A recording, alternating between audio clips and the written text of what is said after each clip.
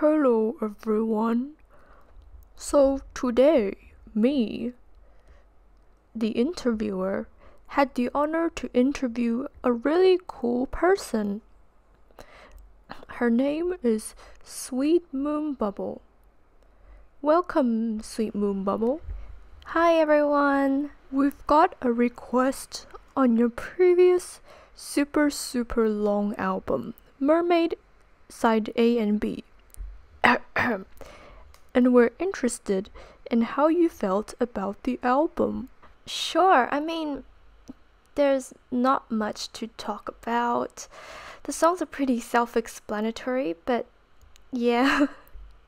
So first, can you give us a brief summary of what each song in the album is about? Yes, of course. So, obviously, there's a lot to go through, so let's quickly fire through. I'm excited. Okay, so starting with Mermaid album side A. Song 1, I Still Get Hurt, is about how I always get hurt. It's about me unable to get over a relationship and all the previous sensitivities that I've had. Song 2, Underwater Circus, is kind of like a celebration of the underwater world that I presume in the album is portraying. You can obviously tell what I'm mentioning when I say underwater fish band, which I thought was hilarious. Song 3, Sea Breeze. This song is about a small place by the sea where I used to live in during my childhood. It just made me think back to the happy times that I had when I was young. Song 4 is Submarine, and okay, so why Submarine? My first idea for the album was to name it Submarine, but there was something not human enough about the whole album being titled Submarine. So I chose Submarine because it symbolized how it just symbolizes the whole process of me making the album. I'm going under, and yeah, that's it, the whole process.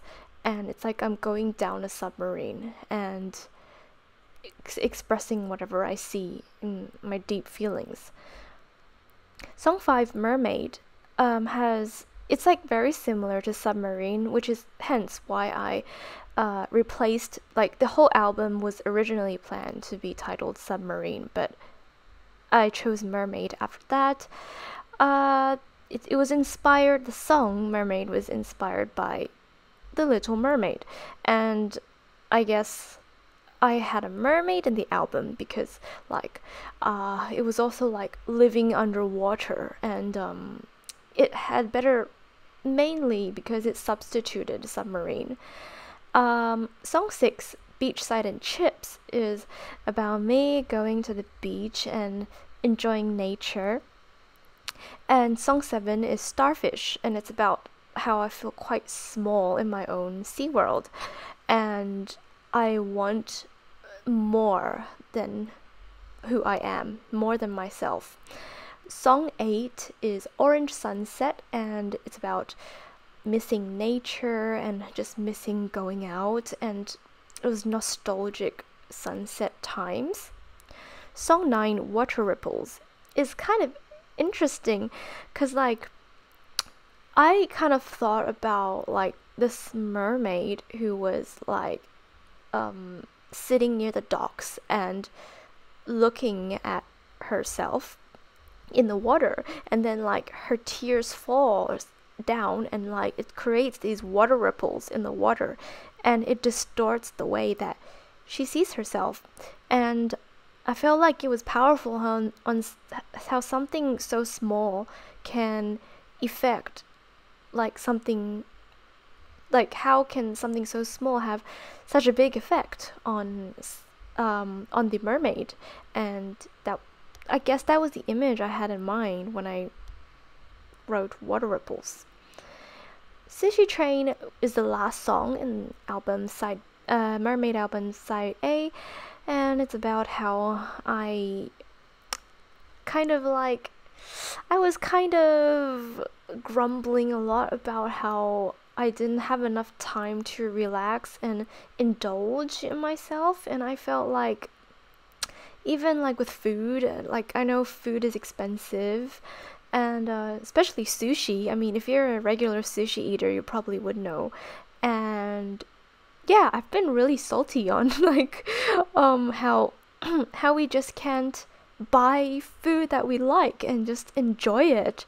And like most of the time people are complaining about like they're busy like thinking about like, oh, I shouldn't have enjoyed myself during eating when they're eating something. And like yeah, I just feel like it's not really fair. I need my own enjoyments. I need my own indulgements. That's great. Now, can you tell us a bit about Mermaid album side B? Yeah, sure. So Mermaid album side B is obviously a shorter side B album, and I think side A was already a really long album, and by the time I got to side B, it was already super tiring. And by then, like I started to get more personal in the songs in side B. Um, Aquarium is the first song in an aquarium. I got inspired by the piano piece Aquarium by Carnival of Animals. And then, yeah, I made it into my own depiction of my very own aquarium. Beautiful, but still kind of creepy. Yeah. And song 2 is Fish Eye. And Fish Eye is, I wrote it because, like, I was having a really tough time with overworking and having an overload of information. And yeah, that's why I wrote the song. Song 3, Gone Fishing. Honestly, I don't even know what that song is about. Literally no idea. But I'm guessing it was like my unconscious way of telling me that I need to be patient. Song 4 is Golden Sunset Over Water. Very similar to the first album where I wrote about was the Orange Sunset. Yeah.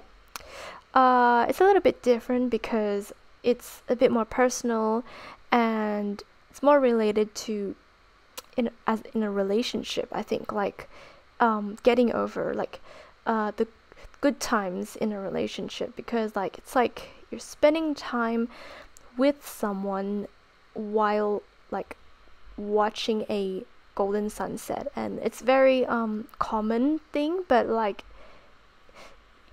it's very like reflection. I think, is that a word? Reflection? I don't know. Song 5, Level 303.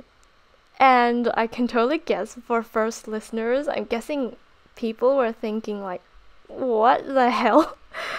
And basically Level 303 is just me writing about this restaurant at a vacation place I was staying before. Once in Fiji years ago.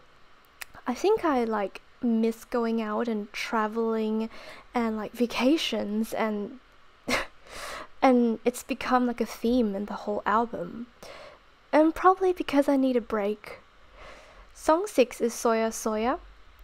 Okay, so honestly, I have no idea what the song is about either. But I mean, like, what I had an image in my mind was me with my friends at the beach and having sushi during sundown at the beach. And it was a very important time for me because I feel like I really enjoy the times I spend with my friends. And yeah, and that leads me to the last song, which is Beach Party. And this is another party song. And I think maybe it's because I just want to hang out with my friends at the beach.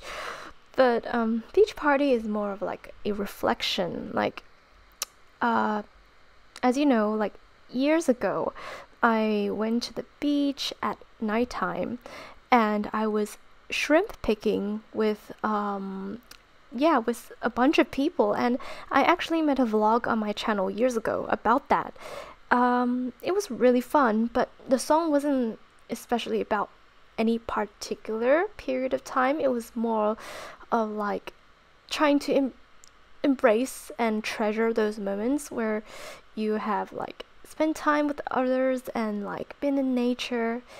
'Cause you never know like how long it'll last for before you're like stuck at home again. Yeah. Okay, thank you for that reflective statement. I mean, reflective overview of the album. Can you please can you please tell us what was your favorite song in the album and why? It started with Sushi Train, as I just finished side A of the album. Because I always wanted to eat sushi when I see the title of the song. It really reminds me when I was in high school, and after a long day of studying, we would go to a sushi train and we would eat there, and I didn't worry about anything but just eating the sushi and just going to school the next day, not anything about life or anything like that, so that's why I liked it. Also, Beachside and Chips was definitely one of the songs I really wanted to write. I wanted to make it a highlight of the album, but I guess not. But I mean, it was about like walking out in sunshine at the beach with people you care about. And there was a period in my life where before all this isolation thingy, I used to go out all the time, not all the time, but regularly, with like people I care about out to the beach, and we would actually talk about our lives and share our dreams. So it's very personal to me. And later on, after side B was made, the actually it's the last song, Beach Party, which really like stood out to me. I think it really like expressed my feelings and my emotions of just wanting to party and enjoy the things, but because like we're adults and you know we've got like jobs and responsibilities and life, and now that has all changed and we can't really like enjoy enjoy partying and going to the beach as much because everyone has different opinions of going out now, like e.g. like me who's super scared and becoming a caveman, and like this song actually got me through a lot of hard times, and yeah, believe it or not. What song struck you the most in the album? I would say the most emotional song in the album was definitely Water Ripples from side A. Believe it or not, the first time I listened to the song, I always started crying when I listened to it, which was kind of funny because the song was titled Water Ripples. I think it's because the song came out in a period of time in my life where I felt like I couldn't feel okay with myself and who I was and the ways I saw myself. Hence Water Ripples. So during that time, I would always look at the mirror and at myself, and it felt like the whole mirror was moving and distorting my face. And I think maybe it's because I was overthinking about all the negative things that people were saying about me, and I couldn't get it out of my head, and it was affecting the way that I physically see myself, like because it was so much in my head, it was starting to affect the way I physically see myself. It was starting to distort the whole image of myself. Yeah. So yeah, definitely Water Ripples the most emotional song in the album. Which song was the least favorite song in the album? Definitely Starfish. I think I didn't portray Starfish from side A the way I wanted to portray it artistically. In fact, I actually didn't like it really at all artistically. I actually was kind of disappointed because I wanted to make Starfish really stand out because I saw myself as a starfish.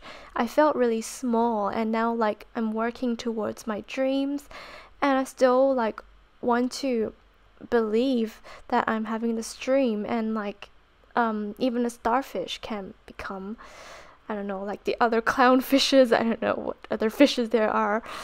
But I felt like it was a bit of a failure because Starfish felt a bit rushed.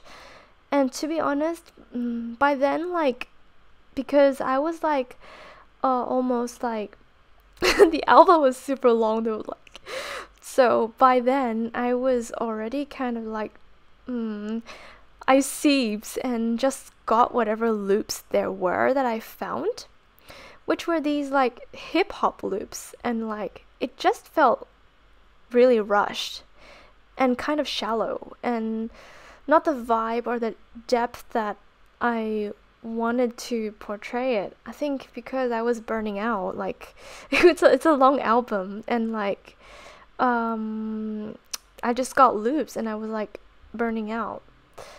But yeah, that wasn't yeah, I wasn't very happy about that song. Thank you. That's the end of the interview with Sweet Moonbubble. I'm happy to hear that you've had such a long journey with Mermaid side A and B. Looking forward to your future projects. See you soon and stay tuned.